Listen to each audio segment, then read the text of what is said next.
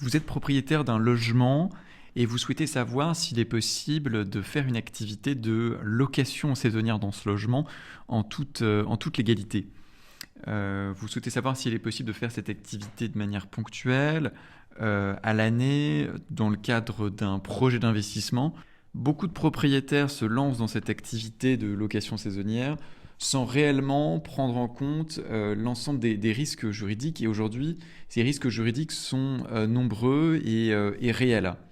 Alors dans cette vidéo, on va se poser la question de la règle des 120 jours. Est-ce qu'il est possible de louer un local, un logement, plus de 120 jours par an? La bonne nouvelle, c'est que cette règle ne s'applique pas de manière uniforme sur le territoire français et elle peut dépendre de certains paramètres, notamment votre situation ou encore la localisation du logement, ou bien encore les caractéristiques de ce logement. Avant toute chose, il faut comprendre ce qu'est votre résidence principale, puisque la règle des 120 jours ne s'applique pas de la même manière s'il s'agit de votre résidence principale ou pas.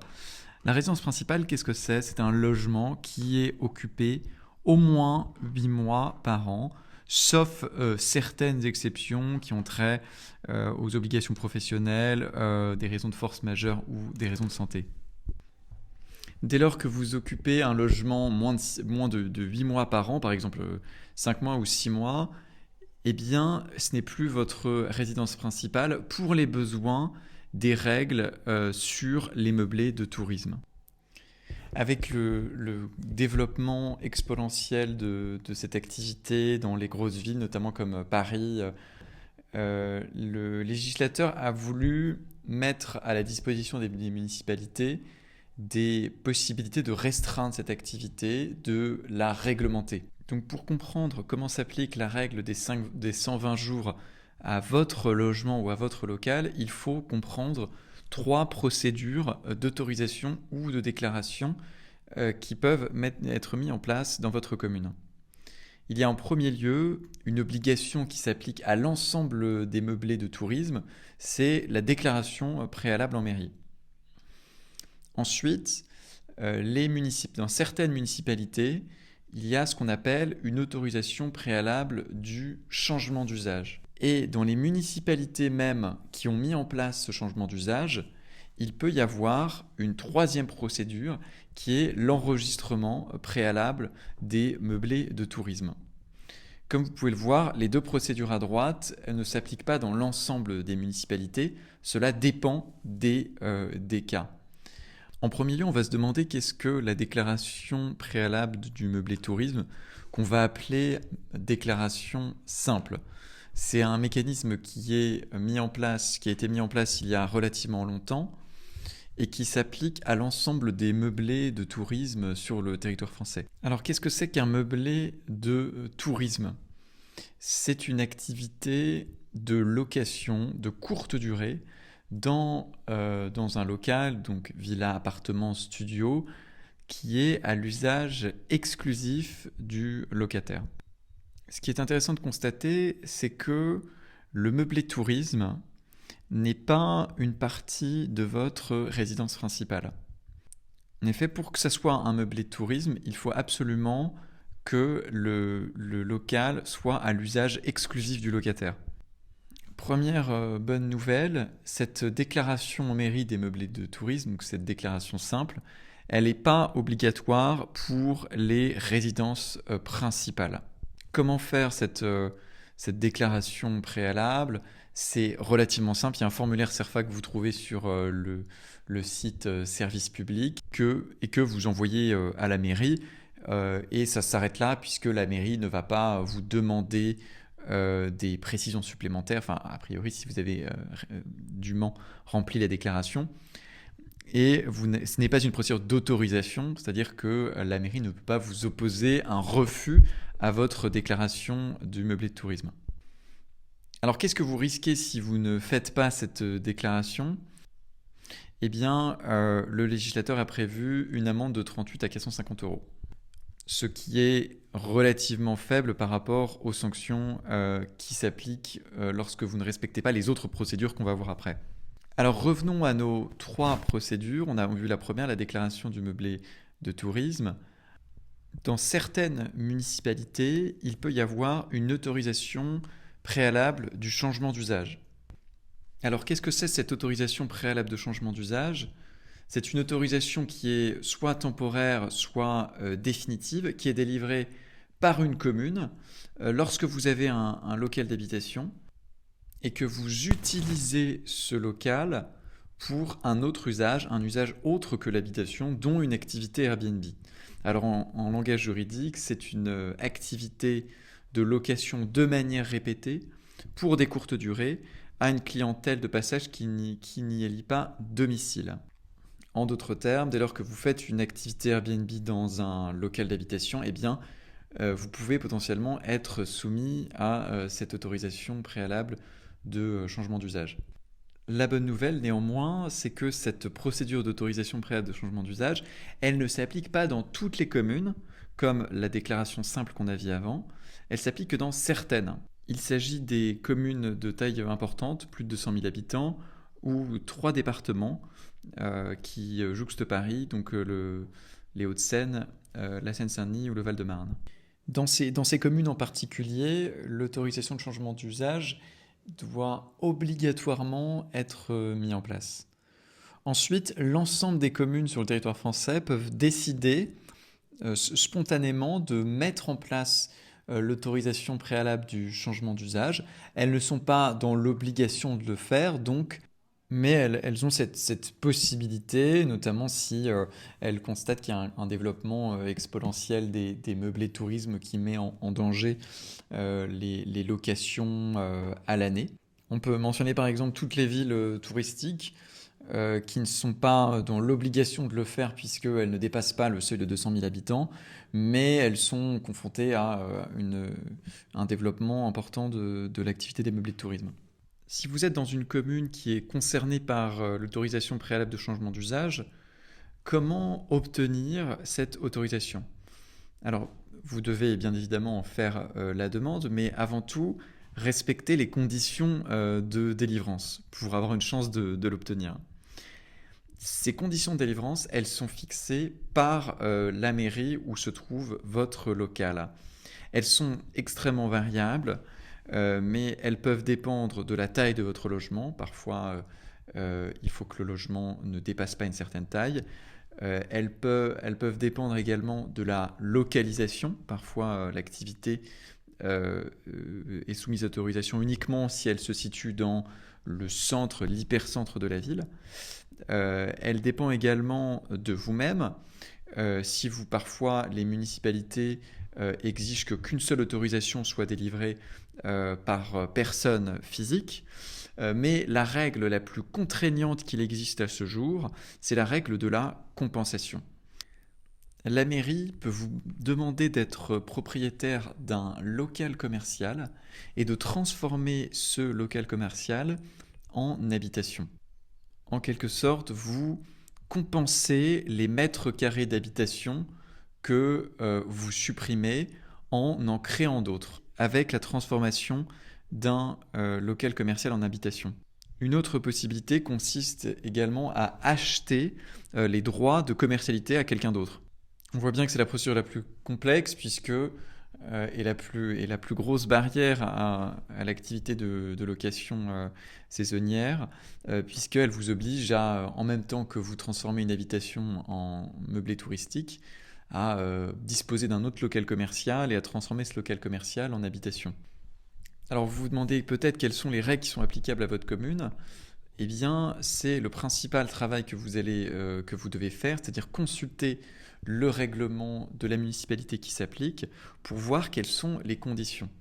À Paris, c'est là où les conditions sont les plus strictes, puisque dans certains arrondissements, il est demandé une compensation renforcée, c'est-à-dire que vous devez transformer un local commercial en habitation 2 fois plus grand que le meublé de tourisme que vous créez. Mais dans certaines communes, parfois, c'est un peu moins strict. Il y a des exceptions si votre local se situe au rez-de-chaussée ou parfois il n'y a tout simplement pas vraiment de conditions, il n'y a pas de règles de compensation qui s'appliquent. Donc dans ce cas-là, vous devez respecter les autres règles, c'est-à-dire par exemple de n'avoir qu'une seule autorisation par personne physique, ou de ne pas louer un local qui dépasse la taille qui est indiquée.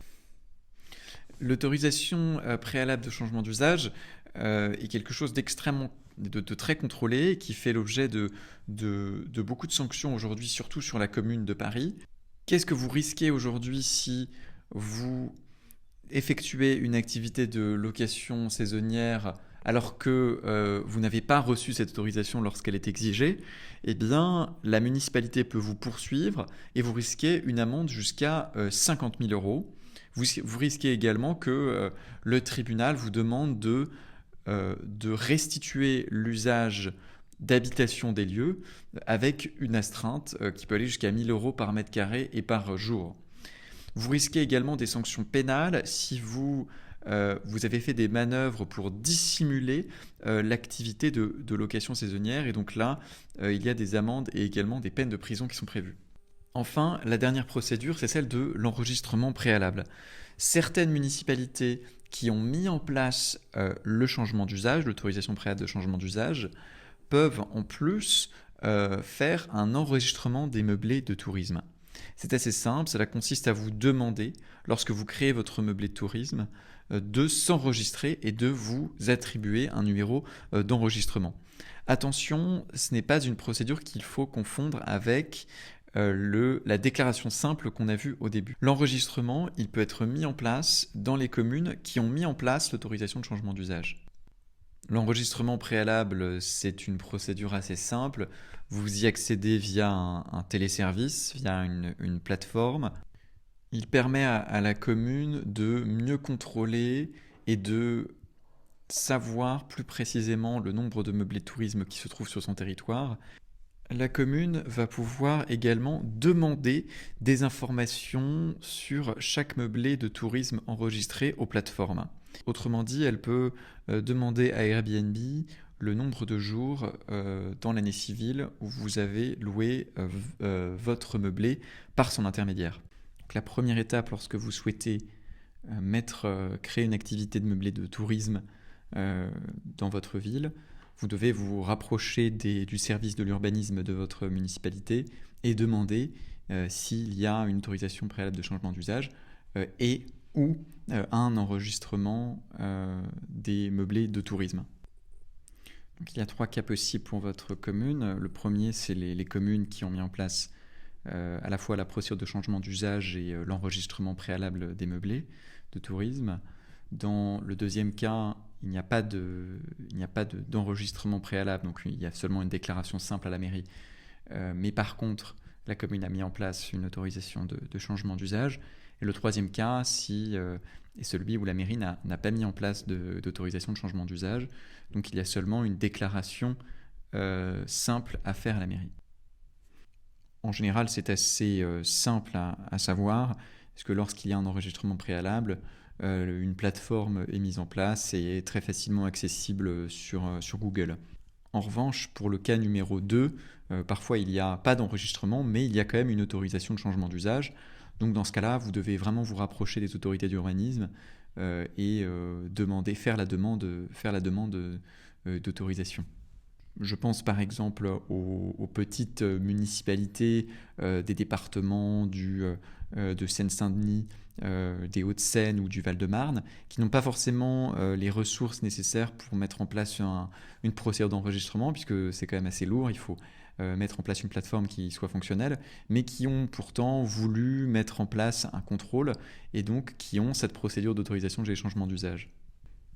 Alors on peut rentrer dans le vif du sujet, à savoir qu'est-ce qui se passe dans le cas numéro 1, c'est-à-dire dans une municipalité où il y a à la fois l'enregistrement préalable et l'autorisation préalable du changement d'usage. Distinguer deux situations. La première, c'est le local que vous souhaitez mettre en location saisonnière est votre résidence principale.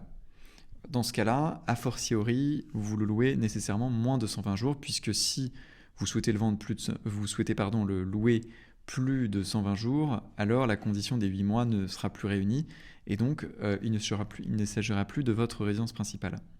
Le deuxième cas, c'est s'il ne s'agit pas de votre résidence principale et que vous le louez plus ou moins 120 jours par an. Alors dans le cas où il s'agit de votre résidence principale et vous le louez moins de 120 jours par an, dans ce cas-là, vous devez procéder à l'enregistrement via le téléservice. Si vous ne faites pas cette obligation, si vous ne respectez pas cette obligation, vous encourez une amende de 5 000 €, une amende civile de 5 000 €. Dans tous les autres cas, c'est-à-dire dès lors qu'il ne s'agit pas de votre résidence principale et que vous la louez plus ou moins de 120 jours, eh bien vous devez procéder d'une part à l'enregistrement dès le premier jour, de la même manière que pour votre résidence principale, et vous devez suivre la procédure de changement d'usage. Si vous ne procédez pas à cette procédure de changement d'usage, vous risquez, comme on l'a vu plus haut, une amende de 120 000 €, de 50 000 €. Si vous dépassez la règle de 120 jours et que vous n'y êtes pas autorisé, vous risquez une amende civile jusqu'à 10 000 €.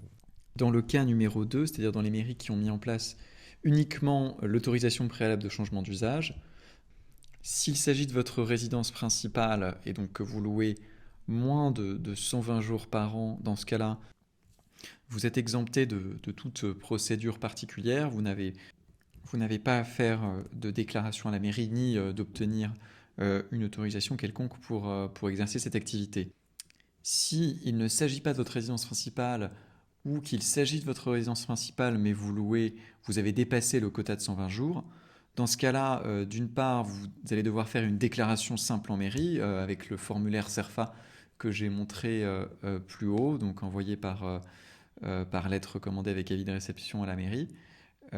Et d'autre part, vous aurez à suivre vous aurez à suivre la procédure de changement d'usage, puisqu'elle est mise en place dans cette commune.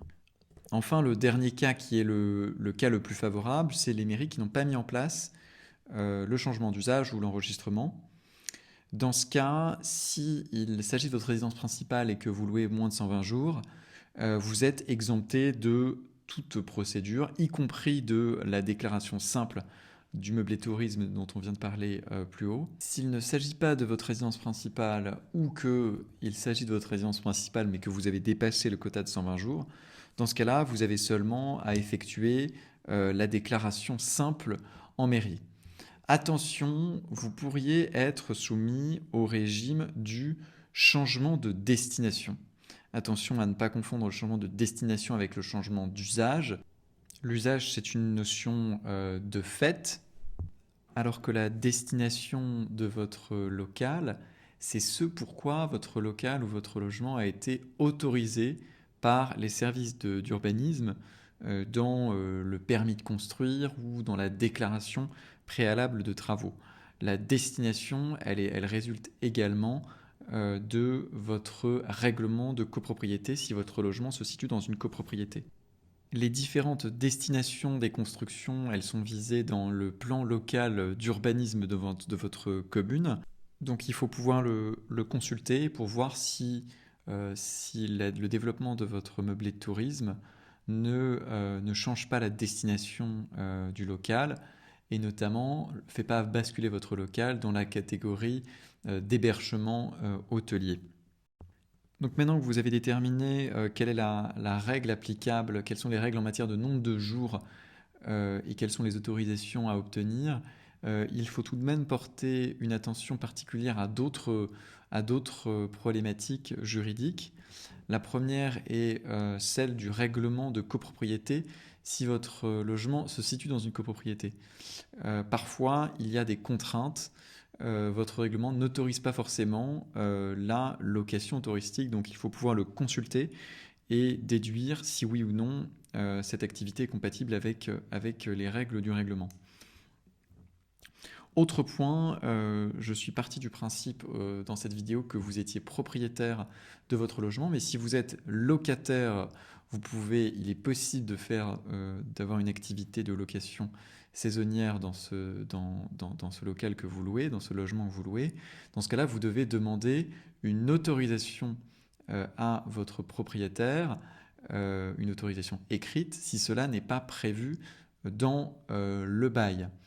Si cela n'est pas prévu dans le bail, vous devez avenanter votre bail, signer un avenant à votre bail pour prévoir cette possibilité.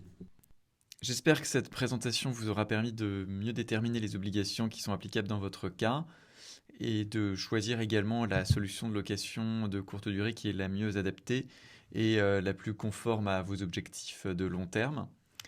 Si vous avez une question, n'hésitez pas à me la poser dans les commentaires.